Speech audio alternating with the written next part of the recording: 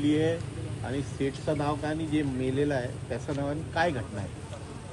वसई तालुक्यातलं पापडी म्हणून एक गाव आहे आणि या गावामध्ये आमचा आदिवासी पाडा आहे मोठ्या प्रमाणात आणि त्या पाड्यामध्ये गणेश वरखंडे नावाचं एक कुटुंब राहते।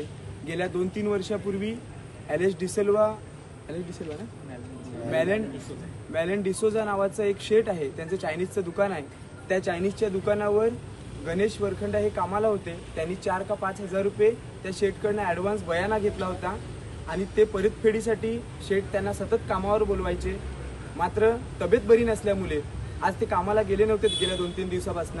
आज दुपारी 1च्या दरम्यान शेट त्यांच्या राहत्या घरी आले आणि घरामध्ये येऊन झोपलेले असताना त्यांच्या तोंडावर पाणी मारला आणि त्यांना मारहाण केली की तुम्ही कामाला आले पाहिजेत, नाही आले जर दुपारून